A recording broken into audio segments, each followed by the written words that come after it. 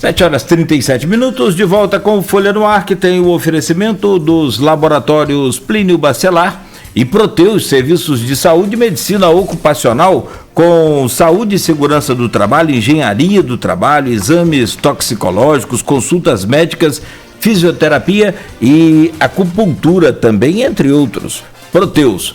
Hoje no programa temos o prazer e a honra de receber aqui o professor da UENF, cientista político Vitor Peixoto. Vitor, muito bom dia, é um prazer recebê-lo aqui no Folha no Ar, primeira edição. Seja bem-vindo ao nosso programa. Bom dia, Cláudio. Bom dia especial ao aniversariante Aloísio, meus parabéns. Bom dia, ouvintes. Bom dia, dona de casa. Bom dia aos taxistas, aos motoristas de aplicativo. Bom dia, meus colegas professores, aos discentes, à comunidade da educação de Campos dos Goytacazes. Bom dia, Vitor. Obrigado novamente pela sua presença.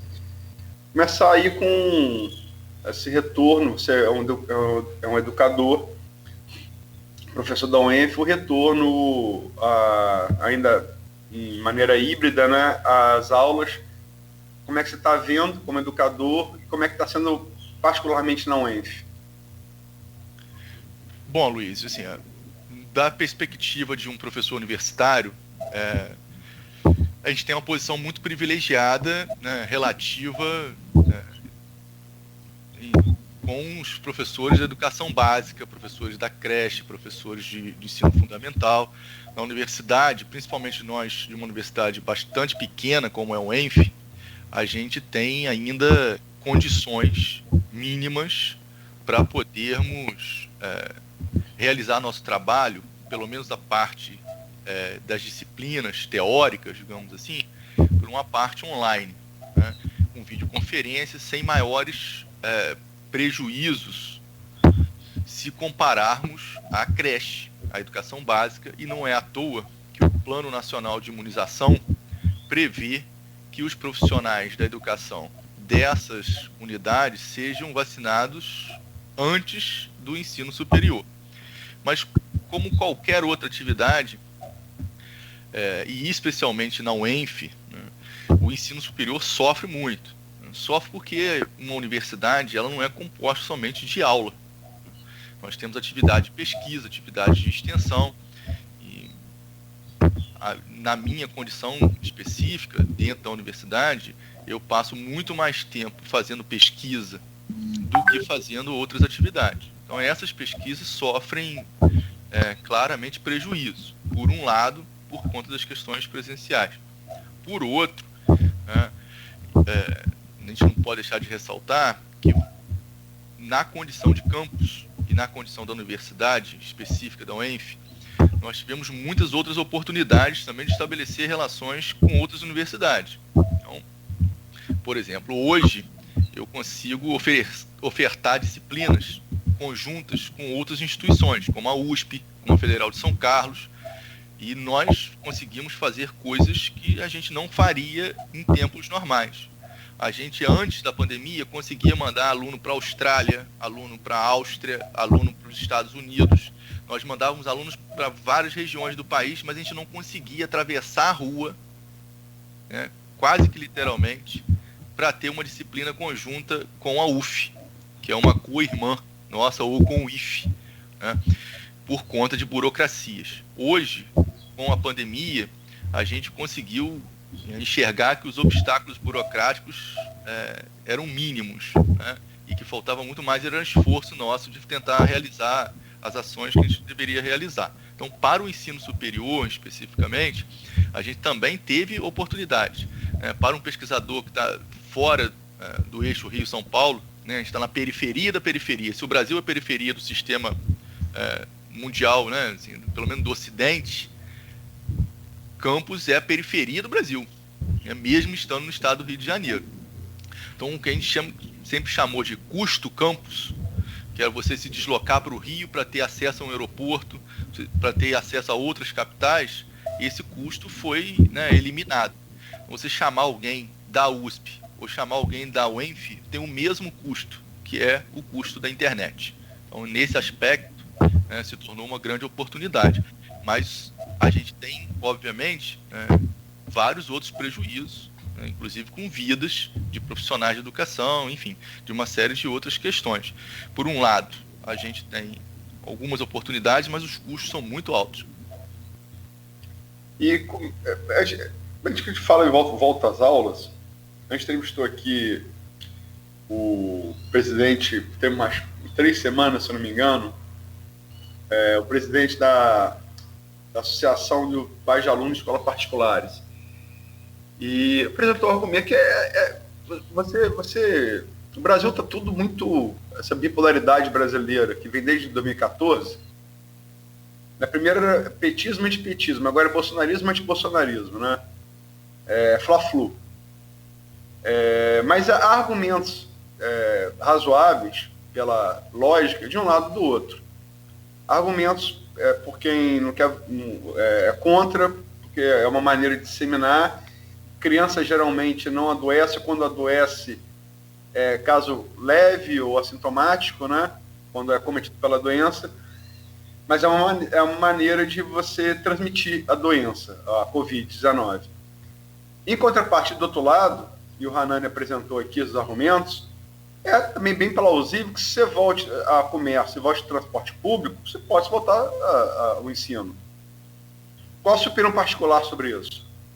Então, Luiz, eu vou te falar agora, não como profissional de educação, vou falar como pai. Eu tenho 2 crianças em casa, uma com 5 anos e outra com 13 anos.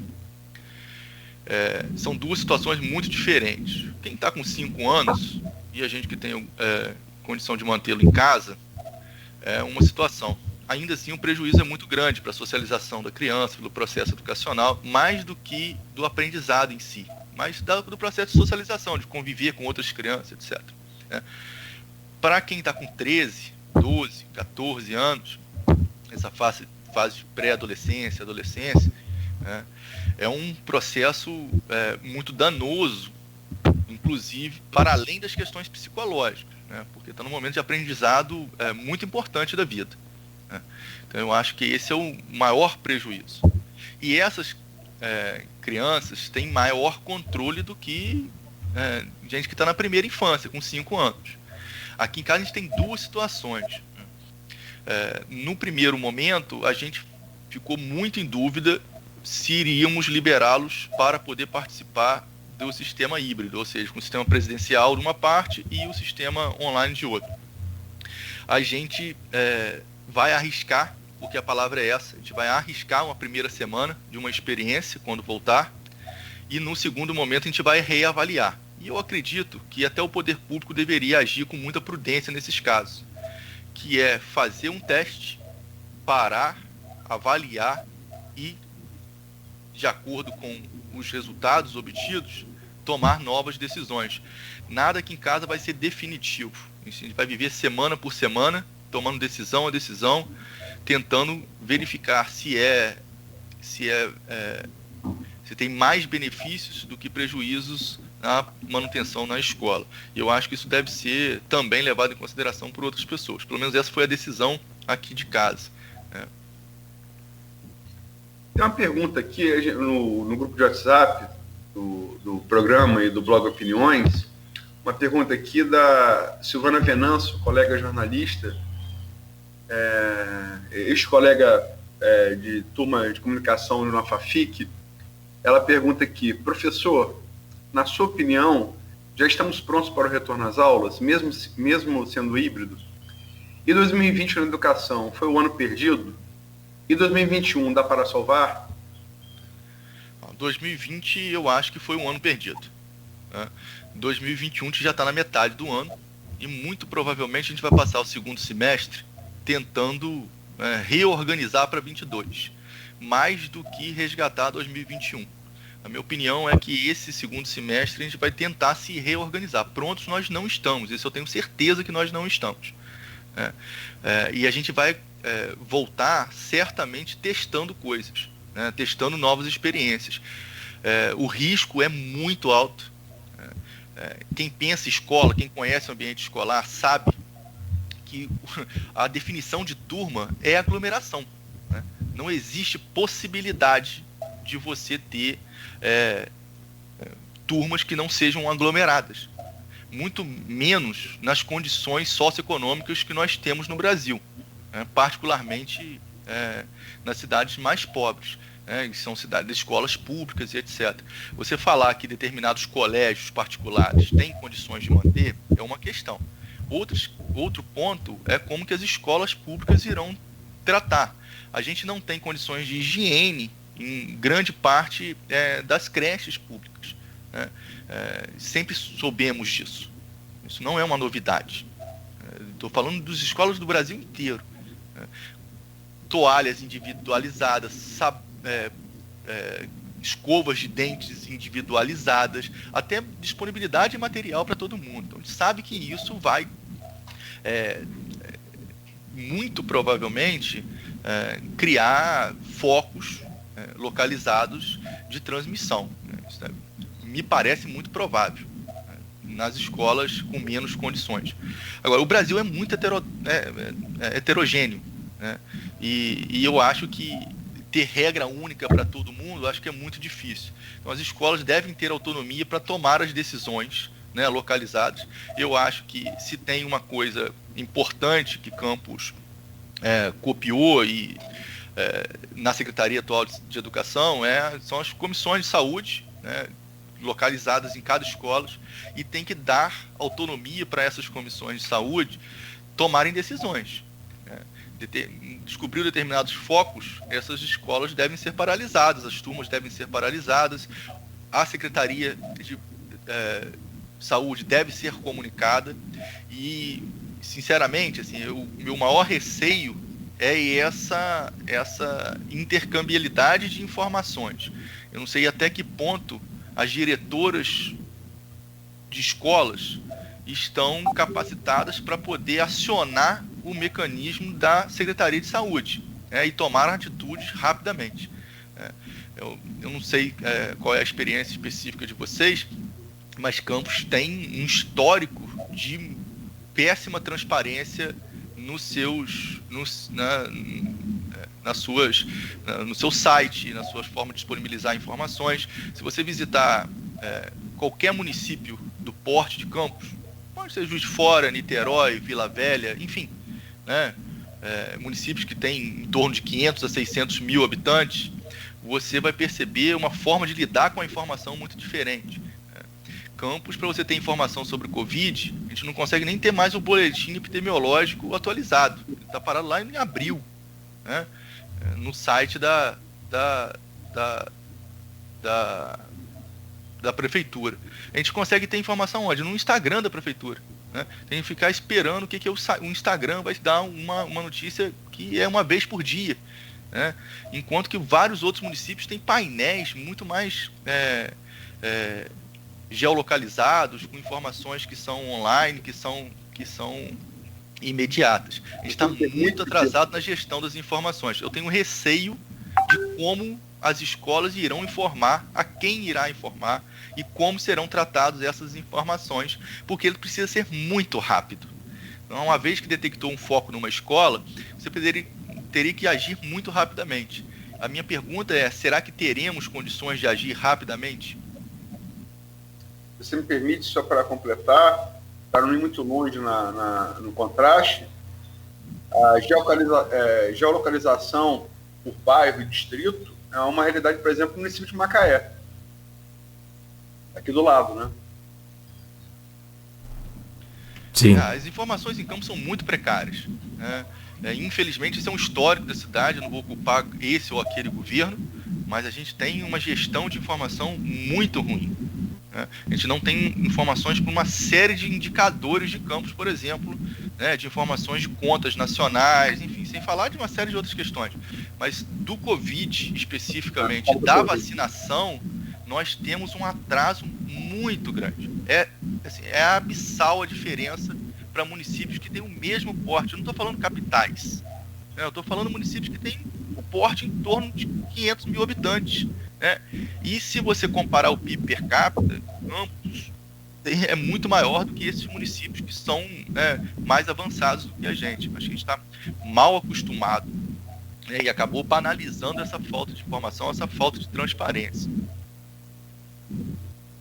Professor, o Aloysio lembrou muito bem aí que a gente recebeu agora recentemente o Hanania, né, presidente do Sindicato dos Pais de Alunos, mas nós estamos aqui desde março, início da pandemia, fazendo esse programa, e eu não vou dizer exaustivamente porque é a nossa função e a gente está aqui para isso, mas ouvindo todos os lados, ouvindo o sindicato dos professores, dos profissionais de educação, o próprio Ciprozep, CEP, ouvimos aqui também o sindicato das escolas particulares, enfim, você imagina.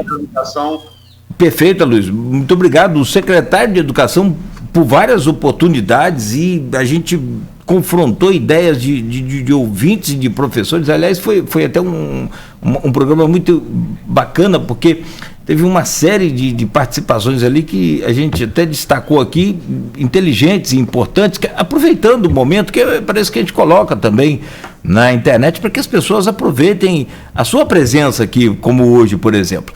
E eu tenho um exemplo particular, o Aloysio sabe, minha esposa é professora da rede pública municipal, e quando você falou 2020 foi um ano perdido, eu tenho certeza que você falou no sentido dos resultados, evidentemente, do aprendizado para esses alunos.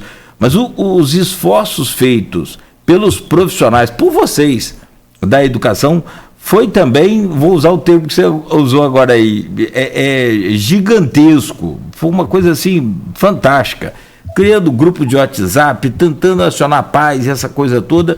Mas e aí vem a minha pergunta. A pandemia causou um prejuízo incalculável, a gente consegue ver isso assim facilmente, e se aprofundar a gente vai ter até se assustar.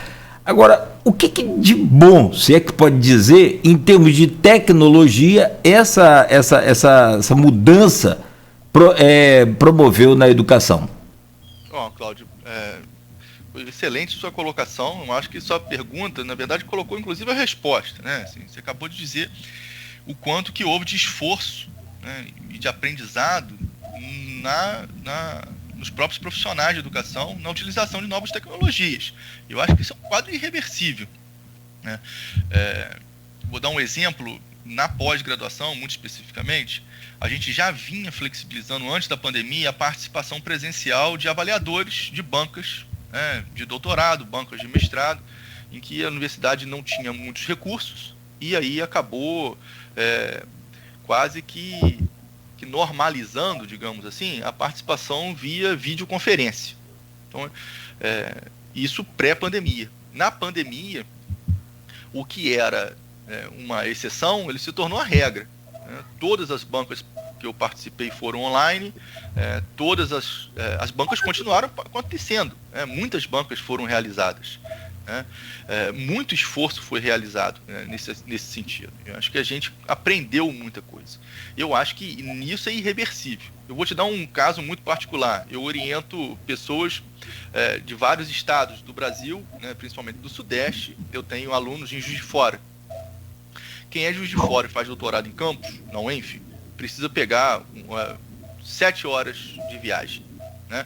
Se for de ônibus é 8 horas, 9 horas, enfim, até Campos.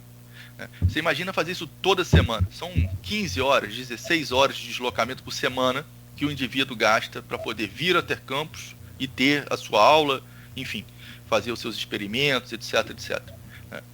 Quanto dessas tarefas que não poderiam ser feitas e estão sendo realizadas por videoconferência, e essas 15 horas podem ser transformadas em trabalho, né? O desgaste de deslocamento, enfim, uma série de outras questões que podem ser resolvidas de forma online. Eu diria, inclusive, que aqui em casa isso virou, inclusive, negociação familiar, porque são tantas as oportunidades de participar que, inclusive, a família fica, né, muito mais sobrecarregada, porque você se permitir, você tem reunião de 5 horas da manhã até 11 horas da noite, né? É o tempo inteiro trabalhando. Então, assim, causou uma exaustão de videoconferência. Essas oportunidades a gente até, inclusive, né, aproveitou demais, E a gente tem que começar a se repensar qual é o horário do trabalho agora. Acho que gerou muito trabalho para todo mundo. Se por um lado a gente aprendeu a lidar com a tecnologia, por outro a gente vai ter que aprender também a administrar, né, a overdose de tecnologia que a gente está tendo. Sim, não tenha dúvida. São várias plataformas aí, vários recursos e caminhos que são aplicados de fato. E que vão naturalmente crescer a partir de agora com a 5G, não tem dúvida. Bom, são 7